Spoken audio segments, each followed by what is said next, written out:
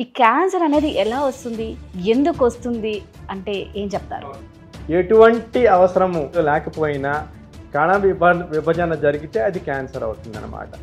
ఈ ఫోలిక్ యాసిడ్ని మనం క్యాన్సర్కి కణాలకి అందకుండా చేస్తే అప్పుడు క్యాన్సర్లు చచ్చిపోతాయి అని కూడా తెలిసిందనమాట. సో చిన్నపిల్లల్లో వచ్చే క్యాన్సర్లు ఆడుకున్నారు, సాయంకాలం భోంచేసి పడుకున్నారు, మర్నాడు పొద్దున్న అస్వస్థతగా ఉన్నారు, రక్త పరీక్ష చేస్తే క్యాన్సర్ అని చెప్పారు అన్నట్టుగా అనిపిస్తుంది. పెద్దవాళ్ళల్లో వచ్చే క్యాన్సర్లు అలా రావు. వాళ్ళకి కొన్ని వారాలు కానీ, కొన్ని నెలలు కానీ, కొన్ని సందర్భాల్లో కొన్ని సంవత్సరాలు కానీ ఒంట్లో బాగలేకుండా ఉండి ఏదో రకమైన వైద్యం చేస్తూ ఉన్న తర్వాత అది క్యాన్సర్ అని బయటపడడం అనేది చాలా సహజం. 3 రకాలైన వైద్యులు ఒకే చోట కూర్చుని ఒక tumour board or joint clinic అనేది ఆర్గనైజ్ చేసి ఈ పేషెంట్కి ఏ సీక్వెన్స్లో ఏ ట్రీట్మెంట్ చెయ్యాలి అని నిర్ధారణ చేస్తారు. క్యాన్సర్ అనేది ఎంత భయంకరమా అంటే నిజంగా ఇప్పుడున్న సిచ్యువేషన్లో భయపడిన అవసరం లేదు కదా, అదొకటి ఫస్ట్ నాకు చెప్పండి. నిజంగా భయపడాల్సిన అవసరం లేదు. క్యాన్సర్ అంటే నిజంగా ఎవరు భయపడక్కర్లేదు. క్యాన్సర్ సంఖ్య ఎక్కువ అయిపోతుంది. దేనివల్ల అంటే 1,00,000 మందిలో 26 మందికి క్యాన్సర్ ఉంటుంది అని తెలిసింది. అర్బన్ ఏరియాలో చూసుకుంటేనో దానికి 3 రెట్లు ఉంటుంది అన్నమాట. రూరల్ పాపులేషన్కి క్యాన్సర్ ఎక్కువ వస్తుంది అనేది చిన్న అపోహ. యాక్చువల్లీ క్యాన్సర్ అనేది అర్బనైజేషన్తో స్టార్ట్ అవుతుంది.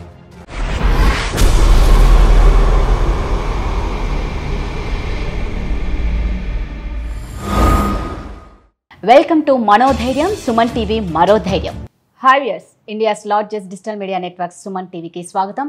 వెల్కమ్ టు మనోధైర్యం, సుమన్ టీవీ మరో ధైర్యం. సో క్యాన్సర్ అవేర్నెస్ గురించి మేము ఈ ప్రోగ్రామ్ చేస్తున్నాం. ఈరోజు క్యాన్సర్ ఎందుకు వస్తుంది, ఎలా స్టార్ట్ అవుతుంది, దీని గురించి ఒక అవగాహన ప్రతి ఒక్కరికి రావాలి అని చెప్పేసి మనతో డిస్కషన్ చేయడానికి మనతో ఉన్నారు senior medical oncologist doctor Raghunatha Rao గారు. సార్ నమస్తే. సార్ నమస్కారం అమ్మా. సీనియర్ మెడికల్ ఆంకాలజిస్ట్ కాబట్టి ఫస్ట్ మెడికల్ ఆంకాలజీ అంటే ఏంటో చెప్తారా? మనకి తెలిసి క్యాన్సర్కి వైద్యము సర్జరీతో స్టార్ట్ అయింది. అది 18వ శతాబ్దంలోనే క్యాన్సర్ గడ్డలకి సర్జరీ చేయడం అనేది జరగడం మొదలైంది. అలాగా అయినా ఒక 100 ఏళ్ల తర్వాత దానికి రేడియేషన్ థెరపీ అని, రేడియం నుంచి ఎక్స్ కిరణాలని మనం చదువుకుంటూ ఉంటాము. విలియం రాంట్జన్ కనుక్కున్న కొద్ది సంవత్సరాలకే దాన్ని రేడియేషన్ థెరపీ అని వాడడం మొదలెట్టాం. మనకి ఫస్ట్ వరల్డ్ వార్లోను, సెకండ్ వరల్డ్ వార్లోను చాలామంది నెర్వ్ గ్యాస్, మస్టర్డ్ గ్యాస్ అనే ఒక కెమికల్ని వాడడం మొదలుపెట్టారు శత్రువుల మీద. ఈ మస్టర్డ్ గ్యాస్ వాడిన తర్వాత ఆ మస్టర్డ్ గ్యాస్ పీల్చి చనిపోయిన వాళ్ళల్లో మొత్తం శరీరంలో ఉండే లింఫాయిడ్ టిష్యూ అంటే bone marrow, lymph nodes, spleen వాటిల్లో ఉండే కణాలన్నీ చచ్చిపోతాయి అని తెలిసింది. అది ఫస్ట్ వరల్డ్ వార్లోనే తెలిసింది, కానీ వరల్డ్ వార్ సీక్రెట్ కింద అలాగే ఉండిపోయింది.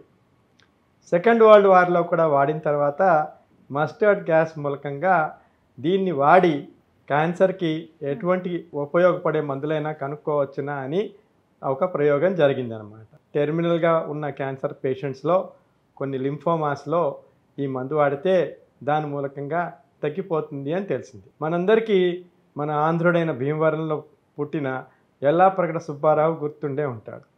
ఎల్లాప్రగడ సుబ్బారావు మద్రాస్ మెడికల్ కాలేజీ నుంచి పట్టా తీసుకుని అమెరికా వెళ్ళినప్పుడు అమెరికన్ సైనమిడ్ కంపెనీ అనే దానిలో, ఇప్పుడు లెడర్లీ అంటున్నాం కదా, ఆ కంపెనీలో ఒక శాస్త్రవేత్త కింద పనిచేస్తూ ఉండేవారు. తను కనుక్కున్న వాటిల్లో ముఖ్యంగా తెలుసుకున్నది ఏమిటి అంటే రక్త క్యాన్సర్ ఉన్న చిన్నపిల్లల్లో ఫోలిక్ యాసిడ్ అనే ఒక బి కాంప్లెక్స్ వైటమిన్ చాలా అవసరము అని తెలిసిందనమాట. ఈ ఫోలిక్ యాసిడ్ని మనం క్యాన్సర్కి కణాలకి అందకుండా చేస్తే అప్పుడు క్యాన్సర్లు చచ్చిపోతాయి అని కూడా తెలిసిందనమాట. సో ఈ ప్రయోగము ఎల్లాప్రగడ సుబ్బారావు మొట్టమొదటి యాంటీ క్యాన్సర్ డ్రగ్ అమినాప్టెరిన్ ఆర్ ఇప్పుడు మనం మెథోట్రెక్సేట్ అంటాం కదా, దాన్ని కనుక్కున్నాడనమాట. ఆ తర్వాత రకరకాలైన ఫోలిక్ యాసిడ్ యాంటాగోనిస్ట్ని కనుక్కున్నాడు. 1960లో ఈ ప్రయోగం జరిగిన తర్వాత 62 నుంచి ఒక సిస్టమిక్ ట్రీట్మెంట్ అంటే సర్జరీ అనేది క్యాన్సర్ ఎక్కడ ఉంటే కంటికి ఎంత కనపడితే ఆ క్యాన్సర్నే తీయడానికి వీలు పడుతుంది. రేడియేషన్ కూడా క్యాన్సర్ ఒక చోట ఉంటే అక్కడికి రేడియేషన్ ఇచ్చి దాన్ని నిర్మూలించడానికి వీలుపడుతుంది. రక్త క్యాన్సర్ అంటే శరీరం అంతా ఉంటుంది. అలాంటి పరిస్థితుల్లో సర్జరీ కానీ రేడియేషన్ కానీ వీలు పడదు కనుక వాళ్ళకి శరీరంలో అన్ని భాగాలకి చేరే వైద్యం చేయడాన్నే మెడికల్ ఆంకాలజీ అనే ఒక శాఖ తయారైందనమాట. అది మెడికల్ ఆంకాలజీకి ఒక నాంది. మనం బాగున్నట్లే ఉంటాము, ఎంతో హెల్తీగా యాక్టివ్గా చలాకీగా తిరుగుతున్న వాళ్ళు ఒక్కసారిగా ఏదో ఒక రూపాన వెళ్ళినప్పుడు క్యాన్సర్ అని తెలిసినప్పుడు నిజంగా వాళ్ళకొక్కటే కాదు, వాళ్ళ ఫ్యామిలీ అంతా ఒకలాంటి సైలెంట్ భయభ్రాంతులతో అయిపోతారనమాట.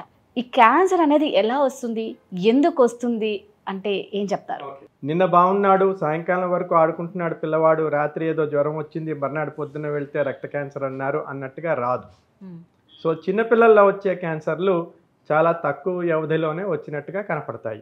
నిన్న వరకు బాగానే ఉన్నారు, ఆడుకున్నారు, సాయంకాలం భోంచేసి పడుకున్నారు, మర్నాడు పొద్దున్న అస్వస్థతగా ఉన్నారు, రక్త పరీక్ష చేస్తే క్యాన్సర్ అని చెప్పారు అన్నట్టుగా అనిపిస్తుంది. పెద్దవాళ్ళల్లో వచ్చే క్యాన్సర్లు అలా రావు. వాళ్ళకి చాలా రోజులుగా అస్వస్థతగా ఉన్నట్టుగా తెలుస్తుంది అన్నమాట. అలా కొన్ని వారాలు కానీ, కొన్ని నెలలు కానీ, కొన్ని సందర్భాల్లో కొన్ని సంవత్సరాలు కానీ ఒంట్లో బాగలేకుండా ఉండి ఏదో రకమైన వైద్యం చేస్తూ ఉన్న తర్వాత అది క్యాన్సర్ అని బయటపడడం అనేది చాలా సహజం. మామూలుగా మనకు ఒక గాయం తగిలింది అనుకోండి, ఆ గాయాన్ని పూడ్చేందుకు అక్కడ ఉన్న కణాలు విభజన చెంది ఏ గ్యాప్ అయితే ఉందో ఆ గ్యాప్ని పూడ్చిన తర్వాత ఇంకా పెరగడం ఆగిపోతాయి.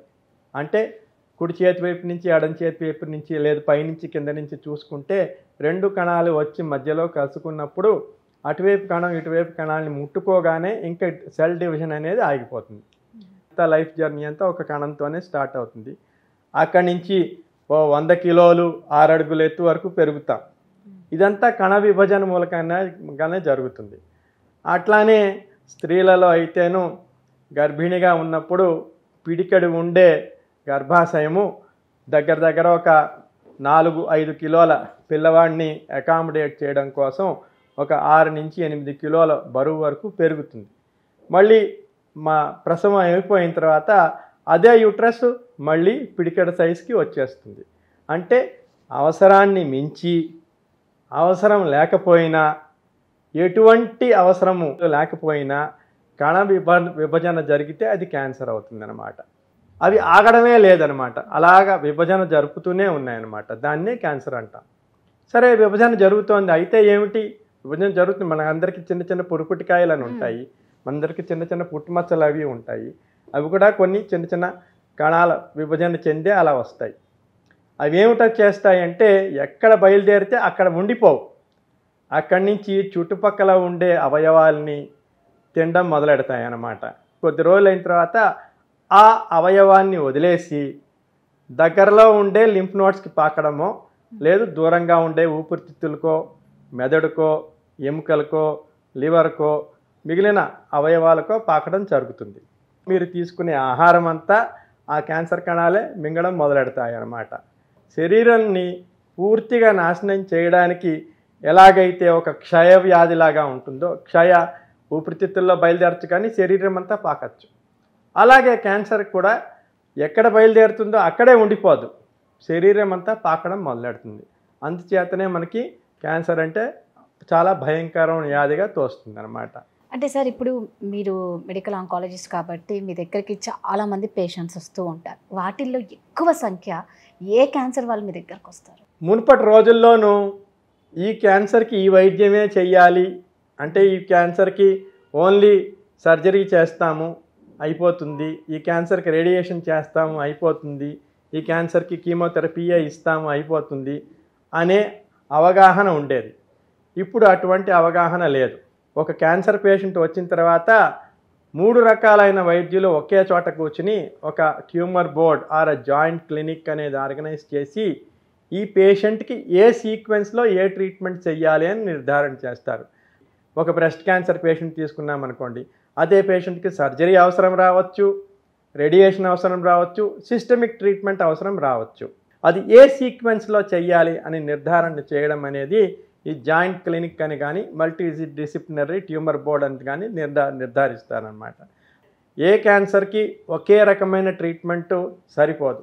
ఎందుకు అలా అంటున్నాను అంటే, మనం ఒక్క సర్జరీ చేసి వదిలేసాం అనుకుందాం.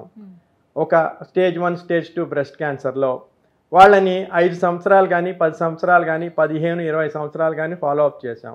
అలాగే పేగులో క్యాన్సర్ వచ్చింది, పెద్ద పేగులో, దానికి ఆపరేట్ చేసి వదిలేసాము. మళ్ళీ ఆ క్యాన్సర్ తిరిగి వచ్చే అవకాశము 100% ఉంటుంది. అంటే మనకి కంటికి కనపడని క్యాన్సర్ కణాలు ఎక్కడా తెలియకుండా మనకి ఎటో దాగి శరీరం అంతా వెళ్ళి అక్కడక్కడ దాగి ఉంటాయి. కనపడనికుండా ఉండే క్యాన్సర్ కణాలు శరీరం అంతా కూడా వెళ్ళి ఉంటాయి.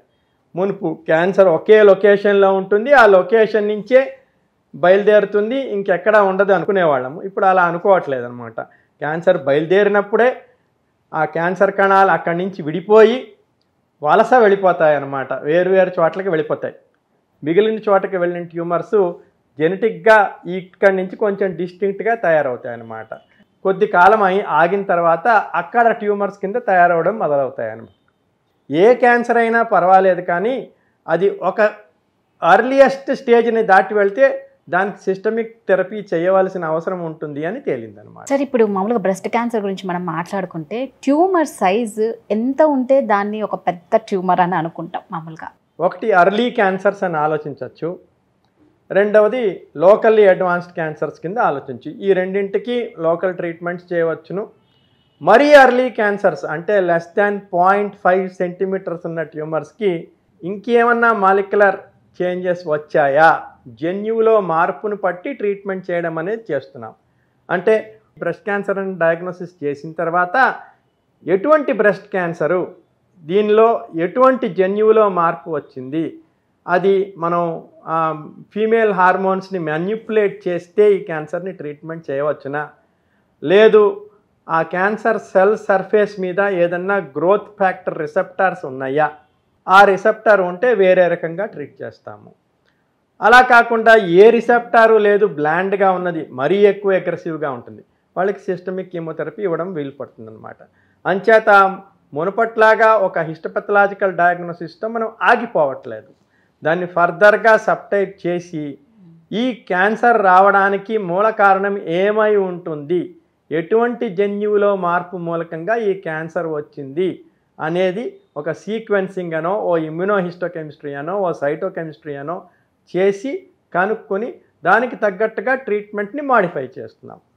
So for example oestrogen receptor positive breast cancers వచ్చాయనుకోండి, ఆ ఉమెన్కి తన మీనోపాసల్ స్టేటస్ని బట్టి వాళ్ళకి సర్జరీ చేసేసాము, కీమోథెరపీ ఇచ్చాము, రేడియేషన్ థెరపీ ఇచ్చాము, అటు పిమ్మట ఇంకా ఒక 10 సంవత్సరాలు ఓరల్గా ట్యాబ్లెట్స్ ఇవ్వాల్సిన అవసరం ఉంటుందన్నమాట.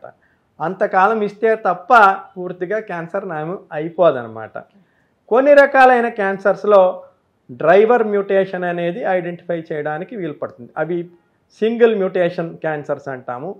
For example chronic myeloid leukaemia ఉంది, అట్లానే అక్యూట్ ప్రోమైలోసైటిక్ లుకీమియా ఉంది, అట్లానే పొట్టలో వచ్చే గ్యాస్ట్రో ఇంటెస్టైనల్ స్ట్రోమల్ ట్యూమర్స్ అని ఉంటాయి. వాటికి ఒక సింగిల్ జెనెటిక్ డిఫెక్టే ఉంటుంది. ఒక స్విచ్ అనుకుందాం, ఆ స్విచ్ని ఆపేస్తే ఆ క్యాన్సర్ ఆగిపోతుంది అనమాట, ఇంక పెరగదు. సో వాళ్ళకి ఒక చిన్న ట్యాబ్లెట్ డైలీ, ఒక చిన్న క్యాప్సూల్ డైలీ వేసుకునేందుకు ఇస్తాం. కీమోథెరపీ అది విచక్షణారహితంగా శరీరంలో ఉపయోగపడే కణాలని, క్యాన్సర్ కణాలని రెండింటినీ చంపుతుంది.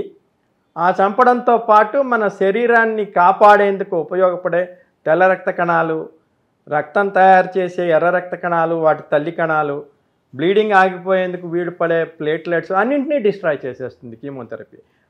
రాను కీమోథెరపీకి రెసిస్టెన్స్ రావచ్చు, కానీ నార్మల్ సెల్కి రెసిస్టెన్స్ రాదు. అంచేత ప్రతిసారి కీమోథెరపీ ఇచ్చినప్పుడు టాక్సిక్ సిమ్టమ్స్ కనపడతాయి, side effects, serious side effects కనపడతాయి. క్యాన్సర్ అన్న పదం కన్నా ఈ కీమోథెరపీ అనేది భయంకరంగా ఉన్నట్టుగా దానితోనే ట్రీట్మెంట్ కి చాలా మంది భయపడుతూ, దాని మూలకంగా వాంతులు అవుతాయని, వికారంగా ఉంటుందని, నీరసం వస్తుందని, ఆకలి చచ్చిపోతుందని చాలా మంది భయపడి తీసుకోరు. ఇప్పుడు వాటన్నింటికి రాకుండా కూడా నివారణ చేయవచ్చు. కీమోథెరపీ వేరే ట్రీట్మెంట్ కూడా ప్రివెంటివ్గా ముందరే చేస్తామన్నమాట. ఒక్క వామిటింగ్ కూడా రాకుండా చూడొచ్చును, నీరసం రాకుండా చూడవచ్చును, ఆకలి మామూలుగా పుట్టేట్టుగా చూడవచ్చును, వాళ్ళు లేచి మామూలుగా తిరిగేట్టుగా చూడవచ్చును. ఆడవారిలో అయితే స్కాల్ప్ కూలింగ్ అని చేసి ఒక్క వెంట్రుకు కూడా రాకుండా ఉండేట్టుగా కూడా చూడవచ్చును అనమాట. సో క్యాన్సర్ కీమోథెరపీ మూలకంగా భయపడాల్సిన అవసరం లేదు ఇప్పుడు. దాన్ని మించి ప్రెసిషన్ ఆంకాలజీలో ఒక టార్గెటెడ్ థెరపీ అనేది మొదలెట్టామన్నమాట. అది కొత్తగా వచ్చిన ప్రక్రియ. కీమో కాకుండా మిగిలిన ట్రీట్మెంట్స్ ఉన్నాయి, వాటి వల్ల ఎటువంటి సైడ్ ఎఫెక్ట్స్ ఉండవు అంటారు. సార్ అల్టిమేట్గా చూసుకుంటే క్యాన్సర్ అనేది ఎంత భయంకరమా, అంటే నిజంగా ఇప్పుడున్న సిచ్యువేషన్లో భయపడిన అవసరం లేదు కదా, అదొక్కటి ఫస్ట్ నాకు చెప్పండి. నిజంగా భయపడాల్సిన అవసరం లేదు. ఓకే, క్యాన్సర్ అంటే నిజంగా ఎవరు భయపడకండి. సో మేము అవగాహన కోసమే అదే పనిగా ఈ డిస్కషన్ అనేది జరుగుతూ ఉంది. అయితే ఏమైపోతుందంటే సార్, క్యాన్సర్ అనేది ఎంత భయం ఉంటుందో, ఇటు మనిషి ప్రాణము, డబ్బు, మెంటలీగా, ఫిజికల్గా, ఫైనాన్షియల్గా అన్నిట్లో సఫర్ అవుతూ ఉంటారు. సో వాళ్ళకి ఏం చెప్తారు? మన దేశంలో ప్రపంచానికే ఒక తులమానికంగా నిలిచిన మన రాష్ట్రంలో ఆరోగ్యశ్రీ అనే స్కీము మొట్టమొదటిసారి ప్రపంచంలో లాంచ్ చేశాం. ఈ ఆరోగ్యశ్రీ అనే స్కీమ్ ప్రకారం అందరు బిలో పావర్టీ లైన్ పీపుల్కి క్యాన్సరే కాకుండా మిగిలిన జబ్బులకు కూడా ఉచితంగా మనం వైద్యం చేయడానికి వీలు పడుతుంది. ఎటువంటి టెస్ట్ కావాల్సిన చేయవచ్చును, మొత్తం అంతా ఫ్రీగానే జరుగుతుంది. అటువంటి అపోహ ఉండాల్సిన అవసరం ఏమీ లేదు. ఇప్పుడు మనకి పిఎంజేఏవై కింద వాళ్ళు ఏ స్టేట్ వాళ్ళైనా ఆ స్కీమ్ కింద మనం క్యాన్సర్కి వైద్యం చేయడానికి వీలు పడుతుంది. అంచేత మనం ట్రీట్మెంట్ చేయించుకోలేము అనే అపోహ మటుకు అవసరం లేదు. రెండవది, మన ఫార్మస్యూటికల్ ఇండస్ట్రీ ఎంత మంచిది అంటే, ప్రపంచంలో ఏ కొత్త మందు వచ్చినా ఆ కొత్త మందు మన దేశంలో మనుషులకి ఉపయోగపడుతుంది అంటే వాళ్ళు తయారు చేసి తీరుతారు. మనం ఎలాగైతే ప్రపంచాన్ని అంతటికీ ఎయిడ్స్కి కావాల్సిన ట్రీట్మెంట్ మందులన్నీ తయారు చేసామో, అట్లానే హెపటైటిస్ బికి కావాల్సిన వ్యాక్సిన్లు తయారు చేసామో, అట్లానే కోవిడ్కి కావాల్సిన వ్యాక్సిన్స్ తయారు చేసామో, అలాగే క్యాన్సర్కి కావాల్సిన మందులన్నీ కూడా మన దేశంలోనే తయారవుతాయి. ఈ దేశం నుంచి మనం 184 కంట్రీస్కి క్యాన్సర్ మందులు ఎక్స్పోర్ట్ చేస్తామన్నమాట. అంటే మనం అంత స్థాయికి ఎదిగాం మన ఫార్మస్యూటికల్ ఇండస్ట్రీ. అంచేత మునుపు ఒక 4.5 లక్షలు ఖరీదయ్యే మందు ఇప్పుడు 4,000 రూపాయలకి దొరుకుతుంది అనమాట. అంత వ్యత్యాసం వచ్చేస్తుంది అనమాట. మన దేశంలో ఆ మందు తయారైతే మనకు వస్తుంది. ఇంకొకటి, పేటెంట్లా ఉన్న మన దేశంలో ఒక రూల్ ప్రకారం, మనకు ఒక ట్రేడ్ అగ్రిమెంట్ ప్రకారం అది మన ప్రజలకి ఉపయోగపడే లైఫ్ సేవింగ్ మెడిసిను అని మనం ప్రూవ్ చేస్తే, ఏ క్యాన్సర్కైనా ఏ జబ్బుకైనా ఆ మెడిసిన్ మీద పేటెంట్ ఉన్న ఆ ఇన్నోవేటర్కి ఇంత రాయల్టీ అని పే చేసి మన దేశంలో తక్కువ ఖరీదుకి ఆ మందు తయారు చేసే అవకాశం మనకి దక్కుతుంది. అంచేత ఖరీదు అవుతుంది అని మట్టుకు ట్రీట్మెంట్ మానేయాల్సిన అవసరం లేదు. అన్ని మందులు మన దేశంలో తయారు చేయడానికి మనకి అంత చక్కని టెక్నాలజీ ఉన్నది. మనం విలేజ్లో ఉంటే నేచర్తో ఉన్నట్లు, అంటే ఆ చెట్లు, ఆ ఫ్రెష్గా కూరగాయలు చెట్టుకి తీసుకొని తిని ఆర్గానిక్ ఫుడ్ అనుకుంటాం. అది తీసుకుంటే మనం హెల్తీగా ఉంటాము అని అంటూ ఉంటారు. బట్ క్యాన్సర్ అనేది మామూలుగా విలేజెస్లోనే ఫస్ట్ స్టార్ట్ అయింది అంటారు. అక్కడ నుంచి ప్రతి నలుగురిలో ఒక్కరి అనేది బాగా వింటున్నాం. క్యాన్సర్ సంఖ్య ఎక్కువ అయిపోతుంది. దేనివల్ల ఇంతగా? ముందర ఒక్కసారి స్టాటిస్టిక్స్ చూద్దాం. ఓకే, ఇండియాలో చూస్తే రూరల్ క్యాన్సర్ రిజిస్ట్రీస్ మన దేశంలో ఉన్నాయి. మొట్టమొదటి రూరల్ క్యాన్సర్ రిజిస్ట్రీ బార్షేని, బొంబాయి నుంచి 250 కిలోమీటర్ల దూరంలో ఉన్నది. ఆ రిజిస్ట్రీ ఇప్పుడు 50 సంవత్సరాలు పూర్తయింది. సో అక్కడ అంటే 1,00,000 మందిలో 26 మందికి క్యాన్సర్ ఉంటుంది అని తెలిసింది. అర్బన్ ఏరియాలో చూసుకుంటేనో దానికి 3 రెట్లు ఉంటుంది అన్నమాట. దగ్గర 75 మందికి క్యాన్సర్ ఉంటుంది. ఒక సబర్బన్ ఏరియాలో చూసుకుంటేనో ఒక 45 to 60 పర్ 100,000 పాపులేషన్కి మనకి తప్పకుండా క్యాన్సర్ ఉంటుంది అని తెలుస్తుంది. అంటే రూరల్ పాపులేషన్కి క్యాన్సర్ ఎక్కువ వస్తుంది అనేది చిన్న అపోహ. యాక్చువల్లీ క్యాన్సర్ అనేది అర్బనైజేషన్తో స్టార్ట్ అవుతుంది. పీక్ ఎప్పుడు రీచ్ అవుతుందంటే అది హయ్యెస్ట్ ఇండస్ట్రియలైజ్డ్ నేషన్స్లో హయ్యెస్ట్ ఇన్సిడెన్స్ ఆఫ్ క్యాన్సర్ ఉంటుంది. The lower they are on the industrialisation scale తక్కువగా ఉంటుంది అన్నమాట క్యాన్సర్. రూరల్ పాపులేషన్లో తక్కువ, అర్బన్ పాపులేషన్లో ఎక్కువగాను క్యాన్సర్ కనపడుతుంది. మీరు చెప్పింది నిజమే. అక్కడ స్వచ్ఛమైన గాలి, నీరు, వాతావరణము, కూరగాయలు దొరుకుతాయి. మరి అర్బన్ ప్లేస్కి వచ్చినప్పుడు ఏమవుతుంది? గాలి అంతా కలుషితమే, వాటర్ అంతా కలుషితమే, మనం తినే తిండి అంతా కలుషితమే. 3, సున్నా ఎక్సర్సైజ్. తల్లి నోట్లో ఇలా కూరేస్తూ ఉంటుంది, వాడు పుస్తకంలోంచి చదివేస్తూ ఉంటాడు. పొద్దున్న 5 నుంచి రాత్రి 10 వరకు చదువుతూనే ఉంటాడు. సో ఊబకాయం అనేది అంటే ఇప్పుడు అర్బన్ సిచ్యువేషన్లో అడల్ట్స్లో వచ్చే క్యాన్సర్స్ అన్నీ లైఫ్ స్టైల్ డిజార్డర్స్ అంటారు. ల్యాక్ ఆఫ్ ఎక్సర్సైజ్ కానీ, okay, very wrong food to eat, అంటే మనం తినే తిండి పదార్థాలన్నీ జంక్ ఫుడ్స్ ఎక్కువ తింటారు. మీరు ఒక విలేజ్కి వెళ్తే మీకు బర్గరు ఓ పిజ్జా అనేది దొరకదు. ఇక్కడ అంతా ఫాస్ట్ ఫుడ్డే ఉంటుంది. లైఫ్ ఎంత ఫాస్ట్ ఫుడ్ కూడా అంత ఎక్కువ కన్జంప్షన్ ఉంటుంది. దాని నిండా ఏముంటుంది, క్యాలరీస్, ఆయిలే ఉంటుంది అనమాట. అది ఎందుకు పనికిరాని ఫుడ్ అనమాట. ఆడ మగ కూడా తాగుతారు, ఆడ మగ కూడా పొగాకు వాడతారు. మనం తీసుకునే ఫుడ్లో ఎంత ఎక్కువ ఆకుకూరలు, ఎంత ఎక్కువ మల్టిపుల్ కలర్స్ ఉండే ఫుడ్స్ అంటే వెజిటబుల్స్ ఉన్నాయి, ఎంత ఎక్కువ ఫ్రూట్స్ ఉన్నాయి అనేది ముఖ్యం అనమాట. మాంసాహారాలు అయితే ఫ్యాట్ ఫ్రీ అంటే లీన్ మీట్స్ ఎక్కువ తీసుకోమని చెప్తారు. మీ బరువుకి, మీ వయసుకి, మీ జెండర్కి తగ్గట్టుగా మీ బరువు ఉండాలి. సో ఊబకాయం అనేది పనికిరాదు.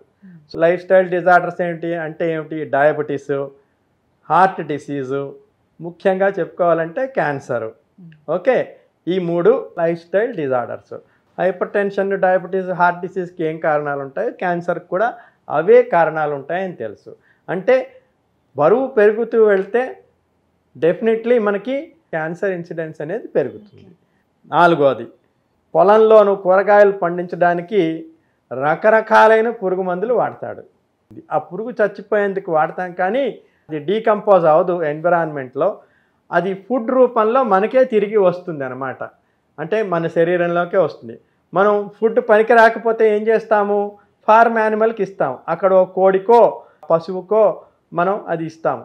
అంటే దాని పాలో దాని గుడ్డో మళ్ళీ మనమే తింటాం. అంటే మళ్ళీ మనకి తిరిగి వచ్చింది అనమాట. అంటే మనం ఫుడ్ ఎఫెక్ట్స్లో ఉన్నాం కనుక అంతా మనకే వస్తుంది. ఈ ఇన్సెక్టిసైడ్స్, పెస్టిసైడ్స్, హెర్బిసైడ్స్, లార్విసైడ్స్ అనేవి శరీరంలో ఏం చేస్తాయంటే ఎండోక్రైన్ డిస్రప్టార్స్ కింద పనిచేస్తాయి. అంటే ఆడవాళ్లలోనూ ప్రతి నెలకి ఎలాగైతే ఒక హార్మోన్స్ ఫ్లక్చువేట్ అవుతూ ఉంటాయో, అంటే ఫస్ట్ హాఫ్లో ఈస్ట్రోజన్ పెరగడము, సెకండ్ హాఫ్లో ప్రొజెస్ట్రాన్ పెరగడము, ప్రెగ్నెన్సీ రాకపోతే మళ్ళీ అన్నీ సున్నాకి రావడము, అప్పుడు మెన్సెస్ స్టార్ట్ అవ్వడము అనేది ఎలా జరుగుతుందో ఆ సైకిల్ని డిస్టర్బ్ చేస్తాయన్నమాట. సో ఎండోక్రైన్ డిస్టర్బెన్స్ చేసి శరీరంలో హైపర్ ఈస్ట్రోజెనిక్ స్టేట్ని క్రియేట్ చేస్తాయి.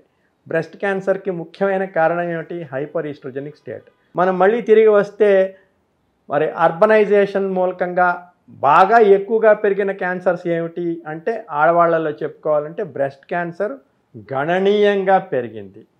మగవాళ్ళల్లో చెప్పుకోవాల్సిన క్యాన్సర్స్లో ఏం గణనీయంగా పెరిగాయి అంటే 3 క్యాన్సర్స్ పెరిగాయి. సౌత్ ఇండియాలో లంగ్ క్యాన్సర్ చాలా ఎక్కువ పెరిగింది, నోటిలో వచ్చేవి అంటే tobacco related and alcohol related cancers బాగా పెరిగాయి.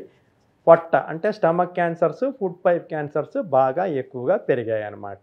ఓకే, నార్త్ ఇండియాలో ఇంకొక 4వ క్యాన్సర్ కూడా యాడ్ అయింది, అది ప్రాస్టేట్ క్యాన్సరు.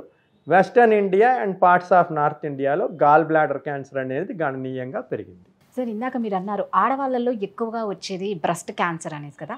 లోపల ఉన్న ట్యూమర్ మనం ఏ సైజుకి వస్తే దాన్ని సర్జరీ కిందికి వెళ్తుంది, ఆ ట్యూమర్ వల్ల మళ్ళీ ఆంబిట్ దాకా వెళ్తుంది అని అంటారు కదా. సో అంటే ఎలా స్ప్రెడ్ అయిపోతుంది, ఎంత టైంలో స్ప్రెడ్ అయిపోతుంది?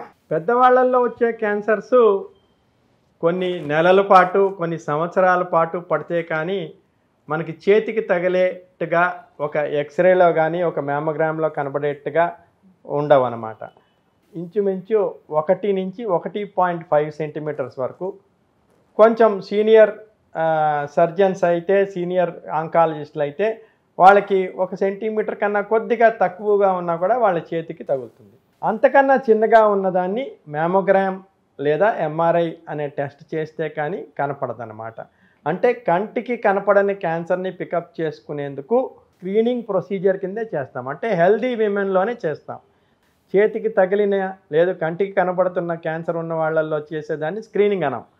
దాన్ని ఊరికే పికప్ చేసుకునేందుకు, లోకలైజ్ చేసేందుకు, స్టేజింగ్ చేయడానికి వాడే పద్ధతి కింద వాడుకుంటాం అన్నమాట.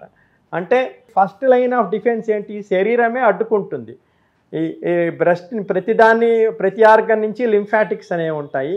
ఆ లింఫాటిక్స్ అనేవి ఆ రీజనల్ లింఫ్ నోడ్స్ దగ్గరికి వెళ్తాయి.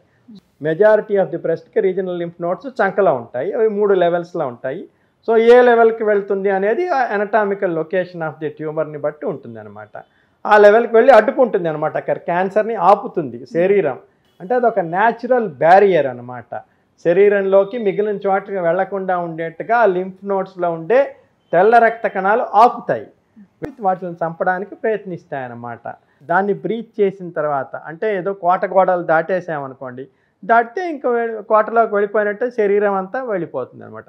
అక్కడి నుంచి బ్రెస్ట్ క్యాన్సర్ అయితే ఊపిరితిత్తులకి పాకుతుంది, లేదా ఎముకలకి పాకుతుంది, లేదా లివర్కి పాకుతుంది.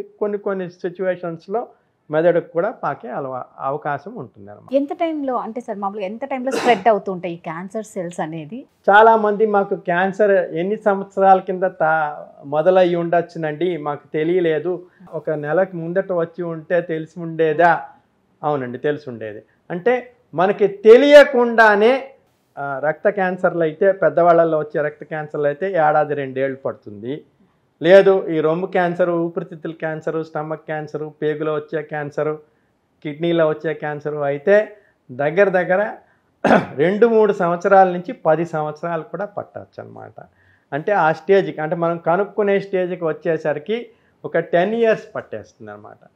ఎందుకు అంతసేపు పడుతుంది అంటే మనకు అంతవరకు సిమ్టమ్స్ ఏమీ రావు. ఇప్పుడు ఒక ఫుడ్ పైపుని తీసుకుందాము. ఈ ఫుడ్ పైపు దగ్గర ఒక 10 భాగాల కింద దాని డయామీటర్ని విభజన చేసుకుంటే 9/10 ఆఫ్ ది లూమెన్ క్లోజ్ అయితే కానీ మనకి గుట్టకకి అడ్డు రాదనమాట. అంతవరకు మింగేస్తూనే ఉంటాం అనమాట. సో అంతవరకు అకామిడేట్ చేస్తుంది పాపం ఆ ఫుడ్ పైపు. అంటే ఆల్మోస్ట్ క్యాన్సర్ అంతా అడ్వాన్స్ అయ్యి అక్కడి నుంచి లివర్కి స్ప్రెడ్ అయ్యో, లేదా ఛాతీలో ఉండే లింఫ్ నోడ్స్కో, అబ్డమన్లో ఉండే లింఫ్ నోడ్స్కో స్ప్రెడ్ అయ్యేంత వరకు అది అసలు మేనిఫెస్ట్ కూడా చెయ్యదనమాట. అట్లానే ప్యాంక్రియాటిక్ క్యాన్సర్ ఉంది, అది బైల్ డక్ట్ని క్లోజ్ చేసి పీక పిసికేసేంత వరకు చాలాసార్లు తెలియదు అనమాట మనకుంది. పెద్ద పేగు ఉంది, ఇంకా అడ్వాన్స్ అయ్యేంత వరకు కూడా తెలియదు. అంటే రమారమి పెద్దవాళ్ళల్లో వచ్చే క్యాన్సర్స్లో ఒక 5-10% ఆఫ్ ది క్యాన్సర్సే ఫస్ట్ స్టేజ్లో కనుక్కోగలుగుతాం అనమాట. ఇంకొక 15% సెకండ్ స్టేజ్లో కనుక్కుంటాం. దగ్గర 40-60% క్యాన్సర్లు 3వ స్టేజ్లోనే కనపడతాయి. అప్పుడే మనకి సిమ్టమ్స్ వస్తాయన్నమాట. ఒక అన్ఫార్చునేట్ 10-15% కేసెస్ ఏమో 4th స్టేజ్లో కనపడుతూ ఉంటాయి అన్నమాట. క్యాన్సర్ అనేది బాడీలో తొందరగా స్ప్రెడ్ అవుతుంది అనేసి. ఇప్పుడు ఫర్ ఎగ్జాంపుల్ ఒక బ్రెస్ట్ క్యాన్సర్ పేషెంట్కి ట్యూమర్ ఉంటుంది, ట్రీట్మెంట్ తీసుకుంటున్నప్పుడు ఏమైనా పెయిన్స్ ఉంటాయా? లేదు అంటే క్యాన్సర్ ట్యూమర్ ఆ క్యాన్సర్కి సంబంధించింది అనేది పెయిన్ఫుల్గానే ఉంటుందా? లేదు, రొమ్ములో వచ్చే క్యాన్సర్ చాలా అడ్వాన్స్డ్ అయ్యి చర్మం నుంచి బయటకు రావడము, లేదు వెనకాల ఉన్న కండరాలకో ఎముకలకో పాకేంత వరకు ఎటువంటి సైడ్ ఎఫెక్ట్స్ లేవు. అట్లానే బాగా దూరంగా వెళ్ళిపోతే మట్టుకు సైడ్ ఎఫెక్ట్స్ వస్తాయి. అంటే ఎముకలకి స్ప్రెడ్ అయితే సైడ్ ఎఫెక్ట్స్ రావచ్చు, లివర్కో ఊపిరితిత్తులకో స్ప్రెడ్ అయితే ఆయాసం రావచ్చు, జాండీస్ రావచ్చు, ఆకలి తగ్గిపోవచ్చు. బట్ ఇన్ జనరల్ మనకి అర్లీ స్టేజెస్ ఆఫ్ క్యాన్సర్లో ఎటువంటి సిమ్టమ్స్ ఉండవు. ఎక్కడ ఉన్న క్యాన్సర్ అయినా early stage 1, stage 2 క్యాన్సర్స్కి 99% of the సిచ్యువేషన్స్లో ఏ సిమ్టమ్స్ ఉండవు. అందుచేతనే స్క్రీనింగ్ ప్రోగ్రామ్ అనేది చాలా ఇంపార్టెంట్. అంటే సిమ్టమ్స్ లేక ఉన్నప్పుడే, ఇప్పుడు ఎలాగైతే డాక్టర్ దగ్గరికి వెళ్ళి నాకు ఒక రక్త పరీక్ష చేసి నాకు షుగర్ ఉందా, కొలెస్ట్రాల్ ఉందా, నా ట్రైగ్లిజరైడ్స్ నార్మల్గా ఉన్నాయా కనుక్కోండి, నా కిడ్నీ సరిగ్గా పనిచేస్తుందా లేదా కనుక్కోండి, ఛాతీ ఎక్సర్సైజ్ చేసి ఊపిరితిత్తులు బాగున్నాయా, ఈసీజీ చేసి హార్ట్ బాగుందా, ఒకసారి బ్లడ్ ప్రెషర్ చెక్ చేయండి, యూరిన్ చెక్ చేయండి అని అడుగుతాం మనం. కానీ నాకు క్యాన్సర్ ఉందా అని ఒక టెస్ట్ చేయండి అని అడగం. సో ఆ స్క్రీనింగ్ ప్రొసీజర్ అనేది అలవాటు చేసుకోవాలన్నమాట. మనం డిమాండ్ చెయ్యాలి. మనకు ఫలానా వయసు వచ్చేసరికి 35 ఇయర్స్ వచ్చిన ఆడవాళ్ళందరూ they should ask for a cervical cancer screening. 45 years వచ్చిన ఆడవాళ్ళు అందరూ they should ask for a breast cancer screening. వాళ్ళ ఫ్యామిలీలో రిస్క్ ఉందనుకోండి, వాళ్ళకి ఇంకొక 10 ఇయర్స్ ముందరే మొదలెడతాం. లేదు వాళ్ళకి ఇమ్యునోసప్రెసివ్ ట్రీట్మెంట్ తీసుకున్నారు అంటే, లేదు ఆర్గన్ ట్రాన్స్ప్లాంట్ చేయించుకున్నారు, ఓ రుమటాయిడ్ ఆర్థరైటిస్కి ట్రీట్మెంట్ చేసుకుంటున్నారు, లేదు ఒక లివరో కిడ్నీ ట్రాన్స్ప్లాంటేషన్ చేసుకున్నారు, ఒక బోన్ మ్యారో ట్రాన్స్ప్లాంటేషన్ చేసుకున్నారు, వాళ్ళల్లో ఇమ్యునోసప్రెసివ్ థెరపీ కంటిన్యూస్గా ఇస్తూ వస్తారనమాట, ఆ తీసుకున్న ఆర్గన్ రిజెక్ట్ చేయకుండా ఉండేందుకు. ఓకే, అట్లానే ఈ జాయింట్స్లో వచ్చే కనెక్టివ్ టిష్యూ డిజార్డర్స్కి లాంగ్ టర్మ్ స్టీరాయిడ్స్ కానీ లాంగ్ టర్మ్ ఇమ్యునోసప్రెషన్ కానీ ఇస్తారు. వాళ్ళల్లో కూడా అర్లీగా చేయాలి. అట్లానే ఎయిడ్స్ పేషెంట్స్ ట్రీట్మెంట్ తీసుకుంటారు, వాళ్ళల్లో కూడా అర్లీగా క్యాన్సర్స్ వచ్చే అవకాశం ఉంటుంది, ఎక్కువగా క్యాన్సర్స్ వచ్చే అవకాశం ఉంటాయి. అది ఆ క్యాన్సర్స్ని ఎయిడ్స్ డిఫైనింగ్ క్యాన్సర్స్ అంటామాట. ఈ క్యాన్సర్ ఉంటే తప్పకుండా వీడికి హెచ్ఐవి ఉండవచ్చును అని రివర్స్గా వెళ్ళి చూస్తామన్నమాట. సో అలా చూసినప్పుడు అలాంటి పేషెంట్లందరికీ ఒక 10 years ఎర్లీగానే క్యాన్సర్ స్క్రీనింగ్ అనేది మొదలెడతాం, 25 yearsకే మొదలెడతాం.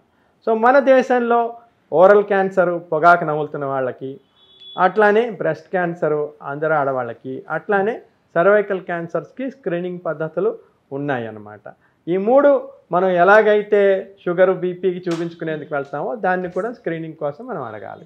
ఇప్పుడు అంటే సార్ మామూలుగా అన్నం పుణ్యం మెరుగని పసిపిల్లలు వాళ్ళకి ఏ దురలవాట్లు ఉండవు కదా, 3 years పిల్లలకు కూడా క్యాన్సర్ వస్తుంది. అన్ని లైఫ్ స్టైల్ డిజార్డర్స్ మూలంగా రావు. నేను చెప్పాను కదా, క్యాన్సర్ అనేది రావాలి అంటే విచక్షణారహితంగా అది కణ విభజన జరగాలి.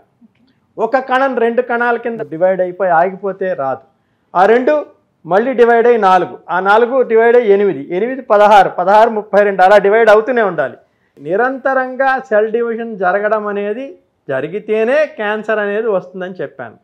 సో ఈ జన్యువులో లోపము మన జన్యువు సగమేమో తల్లి నుంచి వస్తుంది, సగమేమో తండ్రి నుంచి వస్తుంది. చిన్నపిల్లల్లో వచ్చే క్యాన్సర్స్లో కొన్ని రకాలైన క్యాన్సర్స్, అన్ని రకాలైన క్యాన్సర్స్ కాదు, జన్యువులో లోపం మూలకంగా వస్తాయి. అప్పుడు ఫర్ ఎగ్జాంపుల్ కంటిలో వచ్చే ఒక క్యాన్సర్ ఉంటుంది, రెటైనోబ్లాస్టోమా అని. ఒక రకమైన రెటైనోబ్లాస్టోమా తల్లిదండ్రుల నుంచి వస్తుందన్నమాట. వాళ్ళకి జన్యువులో లోపం ఉంటే మనకి ఆ జన్యువులో లోపం మూలకంగా మనకి క్యాన్సర్ వచ్చే అవకాశం ఉంటుంది. ఆ పిల్లలకి 1 సంవత్సరం నుంచి 12 నెలల లోపలే క్యాన్సర్ వచ్చేస్తుంది కంటిలోనమాట. ఎందుకంటే జన్యువు తల్లి నుంచి, ఒక జన్యువు తండ్రి నుంచి వచ్చాయి. రెండింట్లోనూ మార్పు వచ్చింది కనుక పిల్లలకి క్యాన్సర్ చాలా తొందరగా వచ్చే అవకాశం ఉంటుంది. మనకి క్యాన్సర్ రాకుండా కణ విభజన జరిగే ముందర కరెక్ట్గా ఉందా, క్రోమోజోమల్ కాంప్లిమెంట్ ఎవరైతే తల్లిదండ్రులు ఇచ్చారో అదే ఉందా, మార్పు చెందిందా లేదా అని పరీక్షించేందుకు ఒక చెక్ లిస్ట్ ఉంటుంది. ఆ గేట్ కీపర్స్ని కొన్ని జీన్స్ ఉంటాయన్నమాట, P53 జీన్ అని, రెటైనోబ్లాస్టోమా RB జీన్ అని ఉంటాయి. అవి చెక్ చేస్తాయన్నమాట.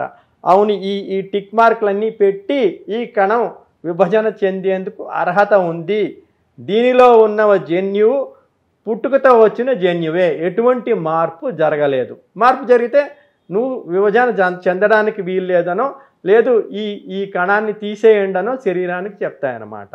ఆ జీన్లో మ్యూటేషన్ వస్తుందన్నమాట. ఏదైతే గేట్ కీపర్ జీన్స్ అన్నాను కదా, చెక్ చేస్తూ ఉంటాయి ఆ జీన్ను, ఆ జీన్లోనే మార్పు వస్తుంది. అంటే కంచే చేను మేయడం అంటే వాళ్ళ ఎవరైతే సెంట్రీ కింద పెట్టామో సెంట్రీ లేడనమాట. ఇప్పుడు ఆ సెంట్రీని తీసేసాం, ఇంకా అంతా లూటింగే జరుగుతుంది అనమాట. So that is how the cancer jeans accumulate అవుతాయి. అడల్ట్స్లో వచ్చే క్యాన్సర్స్ టిపికల్గా ఈ జన్యు మార్పుతోనే వస్తూ ఉంటాయి అన్నమాట. అంటే గేట్ కీపర్ జీన్స్లో మార్పు చెందడం మూలకంగా వస్తాయని తెలిసింది అనమాట. తల్లి ఇటు తండ్రి జన్యుపరంగా వస్తుంది అని. సో పిల్లలకు కూడా మనం ఏమన్నా ఫస్ట్గా మనం ఎలాంటి జాగ్రత్తలు తీసుకోవాలి? పిల్లల్లో క్యాన్సర్ వస్తుందా లేదా అని చూపించుకునే జాగ్రత్తలు సామాన్యంగా ఉండవు. ఒక 100 క్యాన్సర్లో పిల్లల్లో వచ్చే క్యాన్సరు 1% కన్నా తక్కువగానే ఉంటాయి. కానీ వాళ్ళల్లో నయమయ్యే ఛాన్స్ కూడా చాలా ఎక్కువగా ఉంటుంది. అంటే 100కి 80 నుంచి 90% పూర్తిగా నయమైపోయి మామూలుగా వాళ్ళకి గుర్తు కూడా ఉండదు, మనం క్యాన్సర్ ట్రీట్ చేసామనే గుర్తు కూడా ఉండదు. పిల్లల గురించి మనం ఏమీ స్పెషల్గా జాగ్రత్త తీసుకోవక్కర్లేదు, పెద్దవాళ్ళల్లో తీసుకోవాలి. కానీ నేను చెప్పిన ఫెమిలియల్ క్యాన్సర్ సిండ్రోమ్స్ అనే వాళ్ళల్లో మటుకు తప్పకుండా మనం కొన్ని సూచనలు పాటించాల్సిన అవసరం ఉంటుంది అన్నమాట. అంటే familial cancer gene BRCA1 gene ఉంది అనుకుందాం. ఆ BRCA1 జీను ఆడవాళ్లలో బ్రెస్ట్ క్యాన్సర్ రావచ్చు, ఓవేరియన్ క్యాన్సర్ రావచ్చు, ఎండోమెట్రియల్ క్యాన్సర్ రావచ్చు, ప్యాంక్రియాటిక్ క్యాన్సర్ రావచ్చు, స్టమక్ క్యాన్సర్ రావచ్చు, ఈసోఫేజియల్ క్యాన్సర్ రావచ్చు. మగవాళ్లలో ఇన్ ఎడిషన్ ప్రాస్టేట్ క్యాన్సర్ రావచ్చు. ఓకే, వీళ్ళల్లో కూడా బ్రెస్ట్ క్యాన్సర్ రావచ్చు. మగవాళ్లలో కూడా ఆ జన్యు మార్పు ఉంటే బ్రెస్ట్ క్యాన్సర్ వస్తుంది, మగవాళ్లలో బ్రెస్ట్ క్యాన్సర్ అంటారు దాన్ని. అలాగే వాళ్ళకి మరి లంగ్ క్యాన్సర్ వచ్చే అవకాశం ఉంటుంది, ఇంకా కొన్ని రేర్ ట్యూమర్స్ కూడా వచ్చే అవకాశం ఉంటుంది. సో వాళ్ళకి ఈ జన్యువులో మార్పు ఉంది, దాన్ని ఇన్హెరిట్ చేశారు అని చేస్తే వాళ్ళకి స్క్రీనింగ్ ప్రోగ్రామ్ వేరే ఉంటుంది.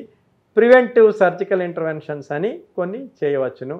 ఇప్పుడు కొన్ని రకాలైన మందులు కూడా వచ్చాయి, ఆ మందులు కూడా టాబ్లెట్స్ రూపంలో ఇవ్వడానికి వీలు పడుతుంది. సో ఇలా ప్రతి క్యాన్సర్కి ఏమన్నా మనం ముందే అన్ని క్యాన్సర్స్కి ముందే కనుక్కునే అవకాశం మనకి లేదు. కొన్ని రకాలైన రక్త పరీక్షల ద్వారా ఒక 10 నుంచి 16 రకాలైన అట్లీస్ట్ వెస్టర్న్ పాపులేషన్లో వచ్చే క్యాన్సర్స్ని కనుక్కునేందుకు ఇంగ్లాండ్లో తయారు చేశారు.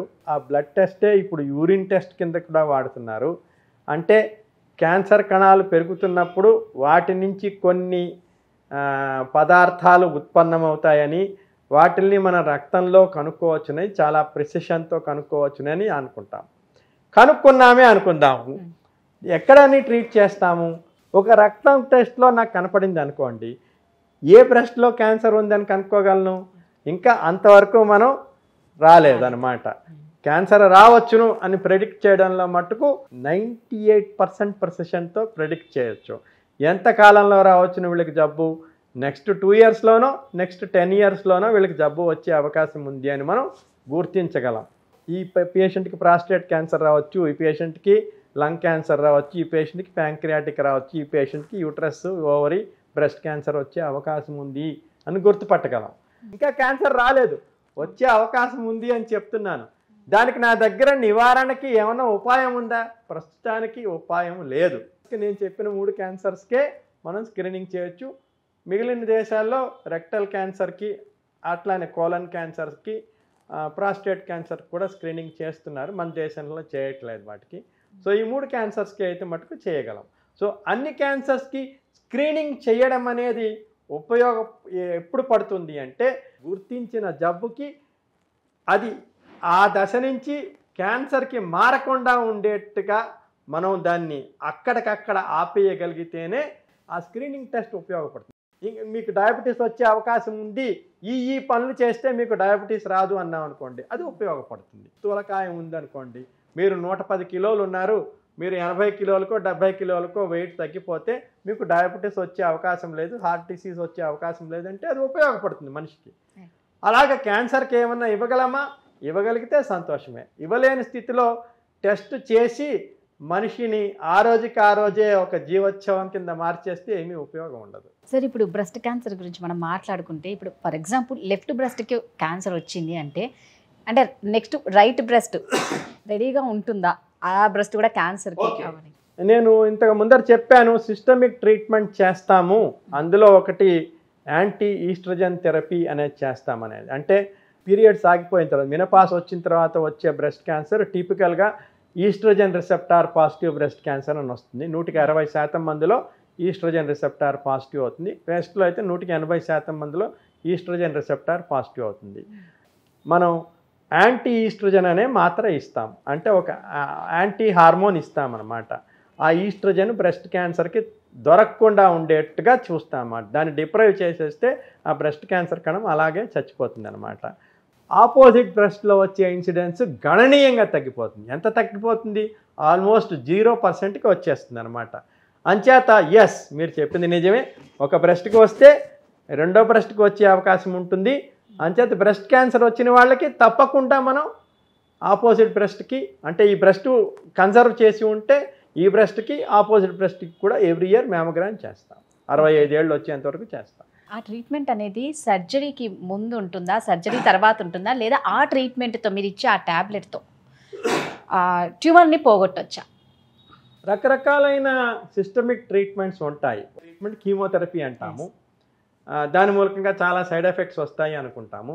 నేను ఇంతకు ముందర చెప్పాను, జన్యువులో కొన్ని మార్పులు వస్తాయి, అట్లనే కొన్ని రిసెప్టార్ ఎక్స్ప్రెషన్స్ వస్తాయని. వాటికి ఇచ్చే మందుల్ని టార్గెటెడ్ థెరపీ అంటామన్నమాట. ఈ క్యాన్సర్ కణానికి ఎటువంటి లక్షణాలు ఉన్నాయి, ఈ క్యాన్సర్ రావడానికి జన్యువులో మార్పులో ఏమన్నా చిన్న స్విచ్చెస్ ఉన్నాయా, వాటిని మనం మ్యానిపులేట్ చేయొచ్చా అని తెలుసుకునేట్టుగా ఉంటాయన్నమాట. ప్రాస్టేట్ క్యాన్సర్ ఉంది, దాన్ని సర్జరీకి ముందు ఇవ్వచ్చు, రేడియేషన్కి ముందర కూడా యాంటీ ఆండ్రోజన్ అని ఇస్తాం. మగవాళ్ళల్లో వచ్చే ప్రాస్టేట్ క్యాన్సరు మనకి టెస్టిస్ నుంచి వచ్చే మేల్ హార్మోన్ టెస్టోస్టిరాన్ మీద డిపెండ్ అయి ఉంటుంది. సో మనం టెస్టోస్టిరాన్ని కట్ చేసేస్తే ఆ ప్రాస్టేట్ క్యాన్సర్ అంతా తగ్గిపోతుంది అనమాట. సో అలా తగ్గిపోయిన తర్వాత మళ్ళీ పెరగకుండా ఉండేట్టుగా దానికి రేడియేషన్ సర్జరీ చేయడం అనేది సహజం. సో స్టేజ్ 1లో ఆపరేషన్కి ముందర ఇవ్వచ్చు, ఆపరేషన్కి తర్వాత కూడా ఇవ్వచ్చు అనమాట. ఏ స్టేజ్లో సర్జరీకి చెప్తారు? అర్లియస్ట్ స్టేజెస్లో ఉన్న వాళ్ళకి తప్పకుండా సర్జరీ ఏ ఆర్గన్లో వచ్చిందో ఆ ఆర్గన్ తీసేయడానికి వీలు పడుతుంది అంటే ఆ ఆర్గన్ని మనం స్పేర్ చేయగలము అంటే ఆ పేగులో చిన్న పేగులో ఒక మొక్క తీసేయచ్చును, రొమ్ములో ఒక చోట వస్తే రొమ్ము కానీ ఆ వచ్చిన area local excision wide local excision అని కానీ బ్రెస్ట్ కన్జర్వేషన్ సర్జరీ కానీ చేయొచ్చును అంటే అది తీస్తాము. సో అలా కాకుండా తీయడానికి కాస్మెటిక్గా బాగుండదు రొమ్ము లేకపోతే because the women loves to have a normal breast అనుకుంటే మనం ముందుగానే సిస్టమిక్ థెరపీ ఇచ్చి దాని సైజుని తగ్గించి ఆర్ కొన్ని సిచ్యువేషన్స్లో పూర్తిగా మాయం కూడా అయిపోతుంది. ఆపరేషన్కి ముందర ఎప్పుడు చేస్తాము? ఆర్గన్ని ప్రిజర్వ్ చెయ్యాలి. ఇప్పుడు మనకి వాయిస్ బాక్స్ క్యాన్సర్ వచ్చింది అనుకోండి, వాయిస్ బాక్స్ తీసేస్తే వాడు ఇంకా మాట్లాడలేడు. మాట అనేది లేకపోతే మనిషికి గొడ్డుకి ఏమి తేడా ఉండదు. ఓకే, అలాగే ఫుడ్ పైప్లో వచ్చింది కూడా, ఫుడ్ పైప్ తీసేస్తే అన్నం తినలేడు. ఒక అన్నం పెట్టుకొని పొట్టలోకి గొట్టం వేసుకొని తినాలి. ఆర్గన్ని ప్రిజర్వ్ చేయాలి అనుకున్నప్పుడు దానికి ఫస్ట్ సిస్టమిక్ థెరపీ ఇచ్చి సర్జరీని అవాయిడ్ చేయగలమా అని చూస్తామన్నమాట. అది ఎప్పుడు చేస్తాం? లిప్ క్యాన్సర్ వచ్చింది అనుకోండి, దానికి రేడియేషన్ ముందర ఇస్తాం. ఇచ్చిన తర్వాత పూర్తిగా తగ్గిపోయింది అనుకుంటే దాన్ని సర్జరీ చేసి లిప్ తీసేయాల్సిన అవసరం లేదు. ఒక టంగ్ క్యాన్సర్ వచ్చింది అనుకోండి, టంగ్ క్యాన్సర్కి ముందర రేడియేషన్ ఇస్తాం, లోకల్గా ఇస్తాం అన్నమాట. అంటే ఒక ఇంప్లాంట్ పెట్టి దానికి రేడియేషన్ ఇస్తాం. సో అట్లానే చీక్ క్యాన్సర్ వచ్చింది అనుకోండి, ఆ ఏరియాని ఆపరేట్ చేసి తీసి రీకన్స్ట్రక్ట్ చేయడానికి వీలు పడితే, ఇంకొక చోట నుంచి చర్మము కండ తీసివేయడానికి వీలు పడితే వెంటనే చేస్తాం. అలా వీలు పడదు అనుకున్నాం అనుకోండి, రేడియేషను కీమోథెరపీ ఇచ్చి దాన్ని తగ్గించడానికి ప్రయత్నిస్తాం. అంటే ఆర్గన్ని ప్రిజర్వ్ చేయాలి అనుకుంటే సర్జరీ అవాయిడ్ చేయగలమా అని చూస్తాం. ఒక కీమోథెరపీ రేడియేషన్తోనే అక్కడే సగం ప్రాణం గాల్లో కలిసిపోయినట్టు అయిపోతుంది. ఇప్పుడు అలాంటి వాళ్ళు మాకు కీమో వద్దు, రేడియేషన్ వద్దు, పోనీ మాకు సర్జరీ లేకుండా ఇందాక మీరు చెప్పిన ట్రీట్మెంట్తో ఏమన్నా వాళ్ళకి ట్రీట్ చేయొచ్చా? చేయొచ్చును. ఫర్ ఎగ్జాంపుల్ పెద్ద పేగులో క్యాన్సర్ వచ్చింది అనుకోండి, మునుపు అందరికీ సర్జరీ చేసి తీరేవాళ్ళం. ఆ పేగుని తీసుకొచ్చి బయట కుట్టేసేవాళ్ళం. వాడికి ఒక బ్యాగ్ పెట్టుకుని లైఫ్ లాంగ్గా ఆ బ్యాగ్ పెట్టుకునే ఉండేవాడు.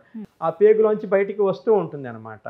కింద నుంచి ఇంకా మోషన్ రాదు, యానస్ ద్వారా మల విసర్జన జరగదనమాట.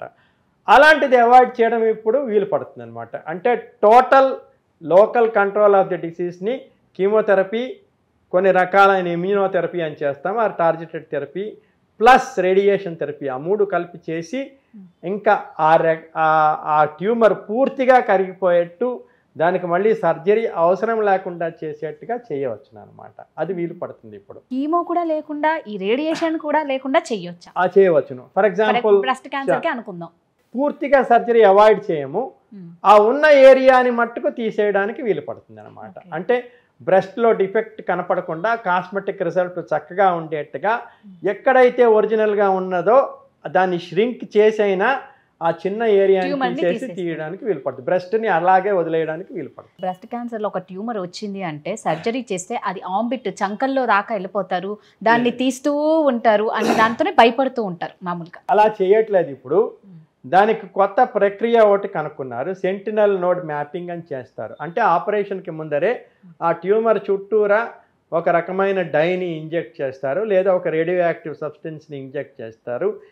ఏ లింఫ్ నోడ్ అయితే ఫస్ట్ దాన్ని పికప్ చేస్తుందో ఆంపిట్లో ఒక సపరేట్ ఇన్సిషన్ ఇచ్చి ఆంపిట్లోంచి ఆ నోడ్ని తీసి టేబుల్ మీదనే పేషెంట్ ఉండగా దాన్ని మైక్రోస్కోప్ కింద చూస్తాం. అందులో జబ్బు లేదు, ఆంపిట్లోంచి ఒక్క బిళ్ళ కూడా తీయము, దాన్ని క్లోజ్ చేసేస్తామన్నమాట. అందులో ఏదైనా జబ్బు కనబడింది, ఏవైతే పికప్ చేసాయో ఆ లింఫ్ నోడ్స్నే తీసేస్తాం, మిగిలిన లింఫ్ నోడ్స్ అన్నింటినీ అలాగే వదిలేస్తాం. సో సెలెక్టివ్గా ఆంపిట్ డిసెక్షన్ అనేది చేయడము. ఈ చెయ్యి ఇంత లావుగా వాచిపోతూ ఉంటుంది బ్రెస్ట్ క్యాన్సర్ వచ్చిన వాళ్ళకి, ఆంపిట్లో ఉండే లింఫ్ నోడ్స్ అన్ని తీసేస్తాను. అలాగా జరగడం అనేది బాగా తగ్గిపోయింది. ఓన్లీ ఆ బ్రెస్ట్ ట్యూమర్ని తీసాము, సెంటినల్ నోడ్ తీసాము, సిస్టమిక్ ట్రీట్మెంట్ ఇస్తాము. క్యాన్సర్ పేషెంట్ స్టేజ్ 1 స్టేజ్ 2 వాళ్ళ ఆ టైంలో తెలుసుకుంటే వాళ్ళు రికవర్ అవ్వడానికి మినిమం ఒక 1 year పడుతుందా? ఒక 6 monthsలో రికవర్ అయిపోతారు. 90% ఆఫ్ ద టైం 6 monthsలో రికవర్ అయిపోతారు పూర్తిగా. అంటే ఆ స్టేజ్ని బట్టి ఉంటుంది, మనం ఇచ్చిన ట్రీట్మెంట్ని బట్టి ఉంటుంది, స్టేజ్ని కాదు. రకరకాలైన బ్రెస్ట్ క్యాన్సర్స్ ఉంటాయి. మన treatment A type of breast cancer దాని మీద డిపెండ్ అయ్యి ఉంటుంది. అంటే ఎన్ని రకాలు ఉంటాయి సార్ ఆ బ్రెస్ట్ క్యాన్సర్? ఇంచుమించు ఒక 6 రకాలైన బ్రెస్ట్ క్యాన్సర్స్ ఉంటాయి. అందులో ఏది సీరియస్? కొన్ని రకాల ట్రిపుల్ నెగిటివ్ బ్రెస్ట్ క్యాన్సర్ అని ఉంటుంది. అంటే దానిలో హార్మోన్ రిసెప్టార్ ఎక్స్ప్రెషన్ ఉండదు. మరి HER2 న్యూ ఎక్స్ప్రెషన్ అంటే epidermal growth factor receptor expression ఉండదు. అవి కొంచెం యంగ్ ఏజ్లో వస్తే 30-35 ఇయర్స్ ఏజ్లో వస్తే అవి చాలా సీరియస్, అంటే ఆల్మోస్ట్ రక్త క్యాన్సర్ అంత సీరియస్ క్యాన్సర్స్ కింద మారుతాయి అన్నమాట. ఇప్పుడు బ్రెస్ట్ క్యాన్సర్ వచ్చిన లేడీస్కి పీరియడ్స్ ఆగిపోతాయా? ఇచ్చిన ట్రీట్మెంట్ని బట్టి పీరియడ్స్ ఆగిపోతాయా లేదా అనేది తెలుస్తుంది అనమాట.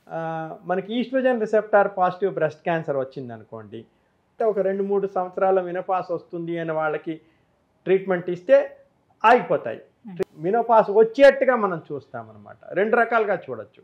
మరీ యంగ్ పీపుల్లో వచ్చింది అనుకోండి, అప్పుడు ఏం చేస్తామంటే ఓవరీ కొద్ది కాలం పనిచేయకుండా దాన్ని చంపేయకుండా, ఓవరీని తీసేయకుండా, దానికి రేడియేషన్ ఇవ్వకుండా ఓవరీని ప్రిజర్వ్ చేసేందుకు కొన్ని రకాలైన ఇంజెక్షన్స్ చేయవచ్చును. చేసి systemic treatment for breast cancer చేసేయచ్చు. మనం ఎప్పుడైతే ఇంజెక్షన్ ఆపేస్తామో నెక్స్ట్ 3 మంత్స్లో మామూలుగా పీరియడ్స్ వచ్చేస్తాయి. అంటే ఓవేరియన్ ఫంక్షన్ని పూర్తిగా అబ్రోగేట్ చేయాల్సిన, పూర్తిగా ఆపేయాల్సిన పని లేదు. దీనికి క్యాన్సర్ రాకముందే వాళ్ళకి స్పాండిలైటిస్ ఉండొచ్చు, ఇంకేమన్నా ఉండొచ్చు. బట్ ఇది వచ్చిన తర్వాత పెయిన్ సివియర్గా ఉంటే అప్పుడు ఈ సెల్స్ కూడా అక్కడికి వెళ్ళిపోయినట్ట? అలాంటిది ఏమీ ఉండదండి. ఆ స్పాండిలైటిస్ ఒక కొద్ది నెలల లోపే వచ్చి ఉండి మనకి పెట్ స్కాన్లో స్పాండిలైటిస్తో ఉండే చేంజెస్ కాకుండా బ్రెస్ట్ క్యాన్సర్ బోన్కి స్ప్రెడ్ అయితే ఉండే చేంజెస్ కనపడితే దాన్ని బ్రెస్ట్ క్యాన్సర్ అంటాం. అనుమానం ఉంటే అక్కడి నుంచి చిన్న నీడిల్ బయాప్సీ చేసి అది క్యాన్సరా కాదా నిర్ధారణ చేస్తాం. సార్, ఫైనల్గా మీరు ఒక సీనియర్ మెడికల్ ఆంకాలజిస్ట్ కాబట్టి క్యాన్సర్ అంటే భయపడే వాళ్ళకి మీరు ఇచ్చే ధైర్యం ఏంటి? క్యాన్సర్ గురించి అవగాహన ఎలా ఉండాలో, మిగిలిన జబ్బుల గురించి ఎలా ఉన్నాయో అంత అవగాహన అందరికీ ఉండాలి. మొట్టమొదటిది అది. రెండవది, మనం లైఫ్ స్టైల్ని మార్చుకుంటే, అంటే మన జీవన శైలిని మార్చుకుంటే క్యాన్సర్ని ఎలా నివారించుకోవచ్చును అనే అవగాహన ఉండాలి.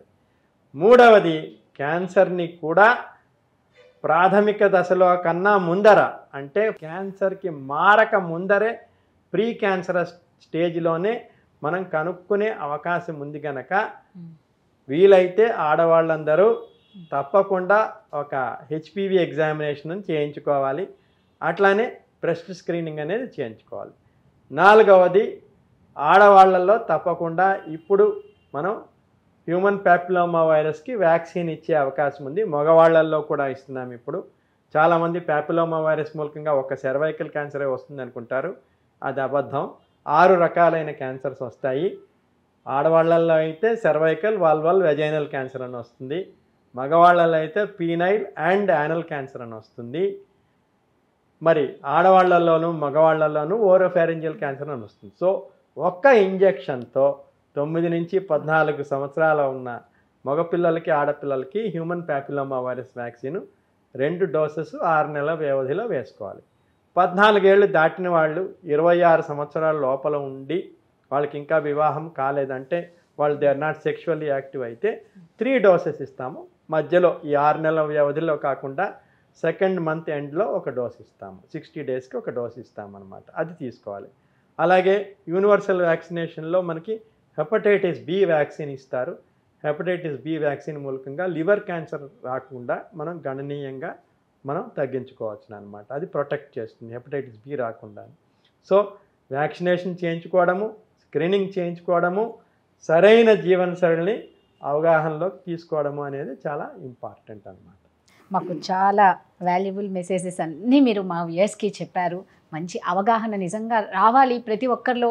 క్యాన్సర్ గురించి తెలుసుకొని ఎవరు క్యాన్సర్ బారిన పడకూడదు అనే ఈ అవేర్నెస్ ప్రోగ్రామ్ చేస్తున్నాము. ఎవరు మిస్ అవ్వకుండా చూస్తూ ఉండండి. Thank you sir, me valuable time మాకు ఇచ్చినందుకు థ్యాంక్ యూ.